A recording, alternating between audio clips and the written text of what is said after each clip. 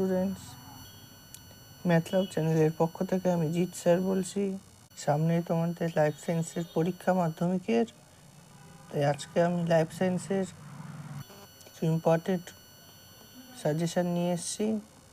চলো video start করা যাক। তো আজকে আমি লাইফ সায়েন্সের বড় প্রশ্ন নিয়ে আলোচনা করছি। প্রথমে চিত্র। এবছরের চিত্রর মধ্যে ইম্পর্টেন্ট হচ্ছে যে মানব নিউরনের যে চিত্র অঙ্কন সেটা, আর আদর্শ ইউক্যারিওটিক ক্রোমোজোমের যে চিত্র অঙ্কন, আর দ্বিসন্ধি যে প্রতিবর্ত চাপ তার চিত্র, এই তিনটে এবছরের জন্য ইম্পর্টেন্ট। ঠিক আছে, তো তারপরে টপিকের মধ্যে দিয়ে কিছু ইম্পর্টেন্ট প্রশ্ন হলো যে উদ্যানবিদ্যায় সংশ্লেষিত উদ্ভিদ হরমোনের ব্যবহারিক প্রয়োগ, বা আরেকটা হচ্ছে কৃষিবিদ্যায় কৃত্রিম হরমোনের ভূমিকা।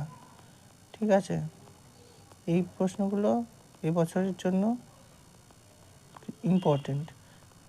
এরপর হচ্ছে হরমোন কিভাবে ফটোট্রপিক চলন নিয়ন্ত্রণ করে। ঠিক আছে, তারপরের প্রশ্ন হচ্ছে ফার্নের যৌনক্রম রেখাচিত্রের সাহায্যে দেখাও। এরপরের প্রশ্ন হচ্ছে সপুষ্পক উদ্ভিদের দ্বিনিষেক পদ্ধতি চিত্রসহ বর্ণনা করো। ঠিক আছে, এরপরের টপিক থেকে কিছু ইম্পর্টেন্ট প্রশ্ন হচ্ছে ক্রোমোজোম, ডিএনএ ও জিনের মধ্যে আন্তঃসম্পর্ক কী। ক্রোমোজোমের রাসায়নিক গঠন, এই কোশ্চেনটা অনেক জায়গায় এসছে এবছর, যে কোষচক্রের নিয়ন্ত্রণ নষ্ট হলে কি হতে পারে। ঠিক আছে, মিয়োসিস বৈশিষ্ট্যগতভাবে মাইটোসিস থেকে পৃথক, এর যথার্থতা বিচার করো। আর তারপর হচ্ছে কোষের ইন্টারফেজ দশায় কি কি সংশ্লেষিত হয়। ঠিক আছে, এরপর হচ্ছে প্রোফেজ আর টেলোফেজ দুটো বিপরীতধর্মী পরিবর্তন ঘটে, সেটা ব্যাখ্যা করো। প্রোফেজ আর টেলোফেজ দশায় দুটো বিপরীতধর্মী পরিবর্তন ঘটে, সেটা ব্যাখ্যা করো। তারপর হচ্ছে মিয়োসিসকে রাশবিভাজন বলে কেন, মিয়োসিস মাইটোসিসের পার্থক্য। ঠিক আছে, তারপর মেন্ডেলের পার্টে আসছি, যে মেন্ডেলের মটর গাছ নির্বাচনের কারণ কি। এর এক সংকর জনন পরীক্ষার ফলাফল চেকার বোর্ডের সাহায্যে দেখাও। ঠিক আছে, অসম্পূর্ণ প্রকটতা চেকার বোর্ডের সাহায্যে দেখাও। এর জিনোটাইপ ফিনোটাইপ অনুপাত কি।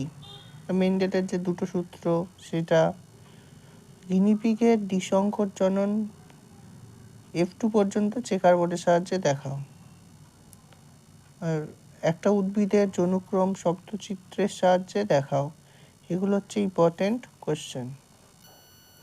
এরপরের টপিক দিয়ে হচ্ছে বর্ণান্ধতা ও হিমোফিলিয়ার এক্স লিঙ্ক জিনগুলি বংশানুক্রমিক সঞ্চালনের সাধারণ যে নিয়ম সেগুলো লেখো। জিনগত রোগ প্রতিরোধে জেনেটিক কাউন্সেলিংয়ের ভূমিকা কী। ঠিক আছে, তারপরের ইম্পর্টেন্ট কোশ্চেন হচ্ছে হিমোফিলিয়া আক্রান্ত পিতামাতার কি স্বাভাবিক পুত্র বা কন্যা হতে পারে, যুক্তিসহ উত্তর দাও। এটা এবছরের ইম্পর্টেন্ট কোশ্চেন হচ্ছে থ্যালাসেমিয়ার প্রকারভেদ, 4টে লক্ষণ লেখো। এর জেনেটিক কাউন্সেলিংয়ের সময় কি পরামর্শ দেওয়া হয়। তারপরের টপিক থেকে প্রশ্ন হচ্ছে ইম্পর্টেন্ট প্রশ্ন জীবনের উৎপত্তি সম্পর্কিত মিলার ও উডের পরীক্ষা। ঠিক আছে, আচ্ছা ল্যামার্কের মতবাদ, এটা ইম্পর্টেন্ট আছে। মেরুদণ্ডী প্রাণীদের হৃৎপিণ্ড তুলনামূলক গঠন আলোচনা করে ওই ব্যক্তির সপক্ষে যুক্তি দাও। সুন্দরী গাছের লবণ সহনের অভিযোজনটি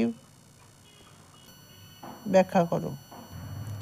আচ্ছা, তারপরের ইম্পর্টেন্ট প্রশ্ন হচ্ছে ঘোড়ার জীবাশ্মগুলির পর্যায়ক্রম ব্যাখ্যা করো বা বলো। নিষ্ক্রিয় অঙ্গ কী, ঠিক আছে, এটা 2 মার্কসে চলে আসতে পারে। মেরুদণ্ডী প্রাণীর ভ্রূণ দশায় লেজ সদৃশ গঠনের উপস্থিতি থাকে, সেটা ব্যাখ্যা করো। তিমির, ফ্লিপার ও ঘোড়ার অগ্রপথের যে বিবর্তনের যে ভূমিকা, সেটা বলো।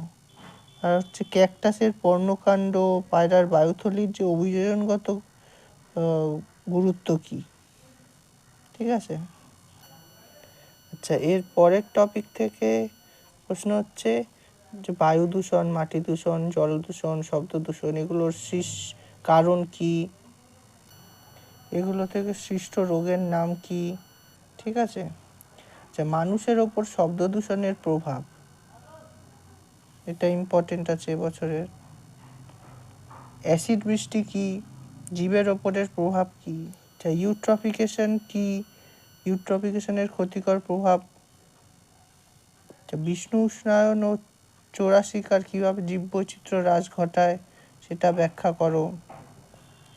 নাইট্রোজেন চক্র ব্যাহত হওয়ার ক্ষেত্রে মানুষের ভূমিকা কি। ইনসিটু ও এক্সিটু সংরক্ষণ কি। ঠিক আছে। জীববৈচিত্র্যের গুরুত্ব, হটস্পট নির্ধারণের শর্ত কি, অভয়ারণ্য জাতীয় উদ্যানের পার্থক্য কি, ক্রায় সংরক্ষণ কি, এর মাধ্যমে কি সংরক্ষণ করা হয়, চোরা শিকার ছাড়া বাঘ বিপন্ন হওয়ার 2টো কারণ ও সংরক্ষণের উপায় লেখো। তো এই হলো কিছু ইম্পর্টেন্ট টপিকের ওপর প্রশ্ন এই বছরের মাধ্যমিকের। ভিডিওটি ভালো লাগলে অবশ্যই লাইক করো, আর এরকম আরও ভিডিও পেতে চ্যানেলটিকে সাবস্ক্রাইব করে নাও। ভিডিওটি দেখার জন্য অসংখ্য ধন্যবাদ।